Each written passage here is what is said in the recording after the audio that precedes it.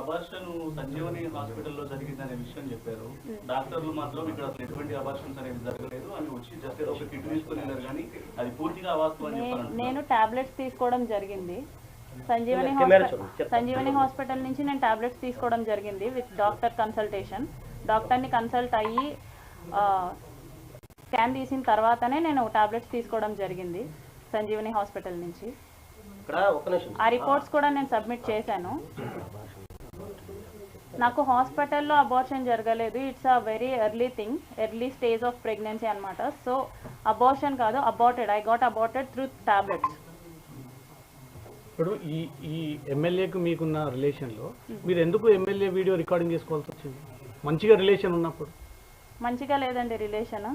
అతను ఒకనొక టైంలో 1 year తర్వాత నాకు తెలిసిన విషయం ఏంటంటే అతను నాతో మాత్రమే కాదు ఇంకొక 6 మంది అమ్మాయిలతో మాట్లాడుతున్నాడు.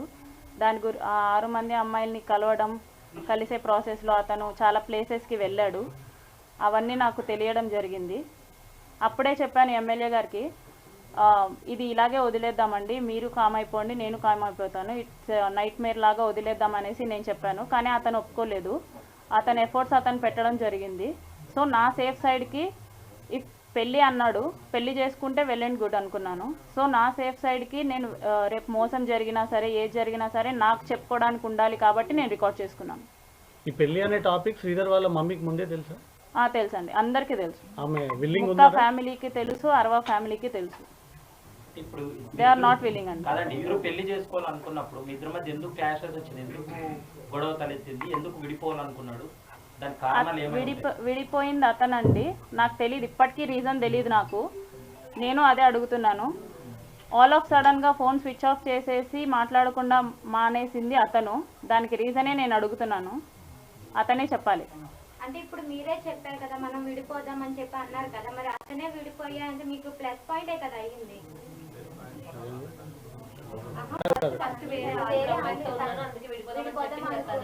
If at all he don't have the intention of marrying me, నా ఫ్యామిలీని టచ్ చేయాల్సిన అవసరం లేదు. వన్స్ ఈ 6 monthsలో అతను చాలా చేశాడు. నేను 1 year తర్వాత అమ్మాయిల గురించి తెలిసినప్పుడు నేను విడిపోదాం అనుకున్నప్పుడు నా ఫ్యామిలీని ఇన్వాల్వ్ చేయలేదు అతను. సో నా ఫ్యామిలీ జోలికి కూడా రాలేదు. మా హస్బెండ్తో మాట్లాడడం ఎలాంటివి జరగలేదన్నమాట. సో ఆఫ్టర్ ఈ 6 monthsలో మా బ్రదర్తో మాట్లాడడం, మా హస్బెండ్తో మాట్లాడడం, మా హస్బెండ్ వాళ్ళ అక్కతో మాట్లాడడం, ఇవన్నీ చేశాడు. So if at all he don't have any intention of marrying me, నా ఫ్యామిలీని టచ్ చేసి ఉండేది కాదు.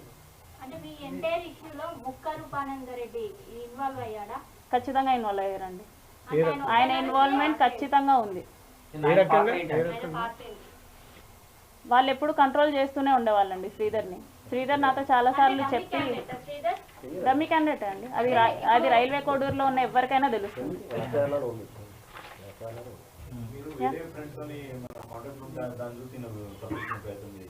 సారీ, అంటే మీరు వేరే వాళ్ళతో కాంటాక్ట్ ఉంటే చూసి తప్పించుకునే ప్రయత్నం చేశారు.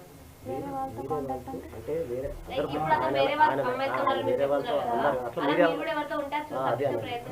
నేను ఎవరితో కాంటాక్ట్ లో లేను. అది నా ఫోన్ తీసుకున్నప్పుడు అందరికీ అర్థమవుతుంది. ఇప్పటి వరకు రిలీజ్ అయిన వీడియోలో మీరు స్టార్టింగ్ నుంచి నన్ను బలవంతం చేశాడు, ఇబ్బంది పెట్టాడు, నన్ను ప్రతిసారి టార్చర్ చేసేవాడని.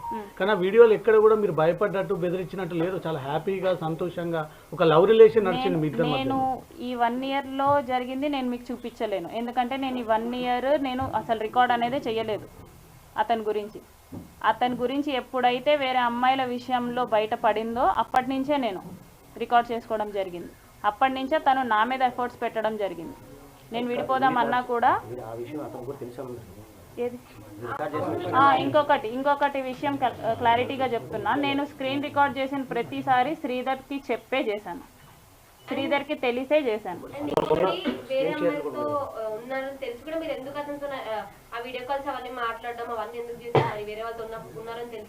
ఇప్పుడు అసెంబ్లీ నుంచి వీడియో కాల్ చేసింది ఎవరండి? నేను ఓకే, ఇప్పుడు ఒక వీడియోలో మరి తను అవి కూడా చూపిస్తున్నారు కదా, స్టిల్ మీరు ఆ వీడియో కాల్ ఎందుకు మాట్లాడారు? కట్ చేయొచ్చు కదా, రికార్డ్ చేస్తున్నారు.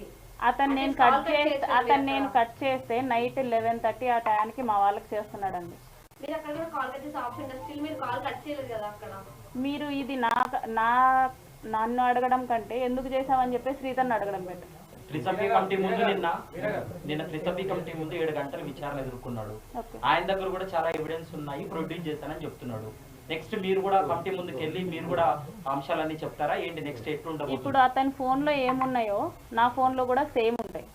అతను ఏం డిలీట్ చేసినా సరే నా ఫోన్లో ఉంటాయి, నేనేం డిలీట్ చేసినా సరే అతని ఫోన్లో ఉంటాయి. అంటే తను కూడా రికార్డ్ చేశారా చాట్ షేర్ ఉంది కదా, వీడియో స్క్రీన్ షేర్ చేశారు కదా అతను మీకు. అతను అడుగుతున్నది కాదు. స్క్రీన్ రికార్డింగ్ మీరు చేశారు, ఆయన కూడా చేశారు. ఆయన దగ్గర కూడా చాలా ఉన్నాయి. నేను ఇలా చేశాను అని చెప్పేసి నాకు పంపించడం జరిగింది. అంటే ఇద్దరు ప్రీ ప్లాన్ గానే ఉన్నారు. ఎవరి కేసు కోసం జరిగింది. ఎడ్యుకేటెడ్ ఒక గవర్నమెంట్ ఎంప్లాయీ వెంటనే వెళ్ళి పోలీస్ స్టేషన్లో కంప్లైంట్ చేయొచ్చు, కానీ చేయలేదు. ఆ తర్వాత చాలా సంఘటన జరిగింది, కంప్లైంట్ చేయొచ్చు, చేయలేదు. అంటే మీరు శ్రీధర్ని ట్రాక్ చేయాలనే ఉద్దేశంతో ఇదంతా నడిపించారనుకోవచ్చు. శ్రీధర్ని ట్రాప్ చేయాలంటే నాకు ఒక ప్రెగ్నెన్సీ చాలండి ట్రాప్ చేయడానికి. అతన్ని డబ్బులు అడగాలన్నా కూడా అతన్ని ట్రాప్ చేయాలన్నా కూడా నాకు ఒక్క ప్రెగ్నెన్సీ చాలు. ఒక ప్రెగ్నెన్సీతో అవసరం లేదు కదా. నేను ఇంత కథ చేయాలనుకోలేదండి. అతని ఫోర్స్. మీరు అతను మిమ్మల్ని మోసం చేశారు, మీరు అతన్ని మోసం చేశారు, అంతేనా? మోసం అని నేనెక్కడ చెప్పలేదు. మాట్లాడడం మానేసింది అతనండి. నేను మోసం చేయాలనుకుంటే నేను మాట్లాడడం మానేసేదాన్ని. ఏం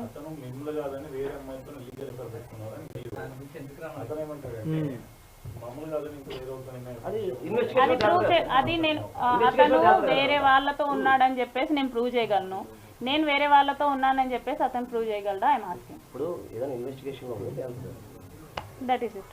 సరే, ఇప్పుడు మీరు ఏం డిమాండ్ చేస్తున్నారండి? ఎందుకంటే ఇప్పుడు మీరు ఎలాగో పెళ్లి చేసుకోరు, ఆయన ఎలాగో కేసులు ఎదుర్కొంటున్నాడు, త్రిసభ్య కమిటీ ముందుకు వెళ్ళాడు. నెక్స్ట్ స్టెప్ ఏంటి? మీరు ఏం చేయబోతున్నారు? లీగల్ గా ఏ పనిష్మెంట్ కి డిజర్వ్ అయితే అదండి అతను. ప్రజెంట్ ఎవరైతే మీ హస్బెండ్ తో ఉన్నటువంటి ఇష్యూస్ సంబంధించి కాకుండా ప్రీవియస్ గానే మీరు బద్వేలు పోలీస్ స్టేషన్ లో ఒక కంప్లైంట్ రైజ్ చేశారు. అందుకంటే ముందు కూడా మీకు మ్యారేజ్ అయినప్పుడు కంప్లైంట్ కాపీలను బయటకు వచ్చాయి. వాటికి సంబంధించి ఏం చెబుతారు? ఎఫ్ఐఆర్ కాపీస్ చూపిస్తున్నారు, డివోర్స్ అయినట్టు కాపీస్ చూపిస్తున్నారు. అట్లా కాదండి, ఇప్పుడు మీరు హస్బెండ్ కాకుండా ప్రీవియస్ గానే అదే ఎఫ్ఐఆర్ కాపీ చూపిస్తున్నారు, డివోర్స్ కాపీ చూపిస్తున్నారా నాకు డివోర్స్ అయినట్టు? బద్వేల్ పోలీస్ స్టేషన్ నుంచి ఎఫ్ఐఆర్ తీసుకున్న వాళ్ళు కోర్టు నుంచి డివోర్స్ కాపీ తీసుకోలేరా?